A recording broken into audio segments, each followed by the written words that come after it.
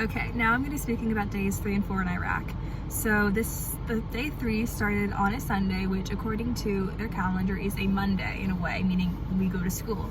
And I woke up thinking, this is strange, I'm going to school on Sunday.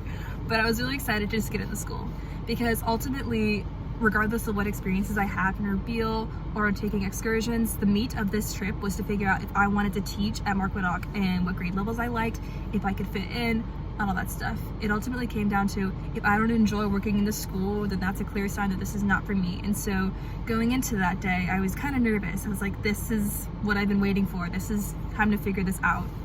And so we drove to school.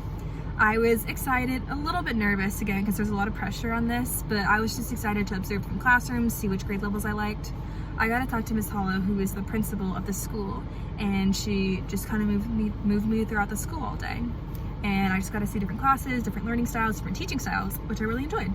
I think one part of Mark Widdock that I really like is the IB curriculum. That is something that I was exposed to in high school and would like to continue teaching because I think it's really important to teach students how to give back to the community and how to be like a world thinker. That's really, really important. And just teaching virtue ethics as well. Especially as being a Catholic institution, that is really important to teach virtue to kids, regardless if it's specifically religion or if it's just teaching how to be a good person. So, I predominantly was looking towards PYP classes, which is elementary school learning.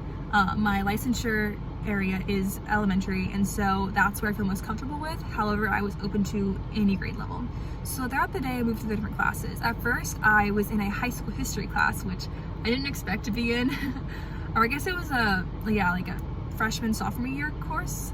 But I liked it. I noticed that the students, and the school are very different than American school kids. I mean, there's obviously similarities, but there also was a lot of differences. I noticed that respect was a huge thing that I noticed in the students. I noticed they were a lot more respectful than the students I've encountered in America. Not to say that kids in America are completely disrespectful, but I just noticed that the kids at Mark Widdock viewed learning as more of a privilege than just something that they had to do or were forced to do. They enjoyed learning. They wanted to raise their hands. They liked answering questions, and they loved speaking out.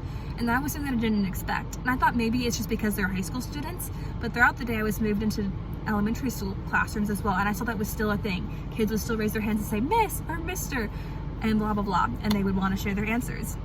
And I thought that was really unique, and that really attracted me to this school, was that learning style of students wanting to learn. I got to sit in on a religion course, and that was probably a more chaotic experience because they had the middle schoolers mixed with the elementary schoolers, and the middle schoolers were trying to teach the elementary school kids about religion.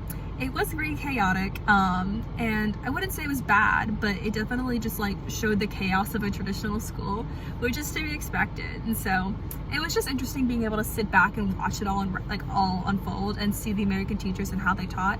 I got to sit in, like I said, on a religion course, a high school history course. I sat in on a English course and such. But I really enjoyed the experiences.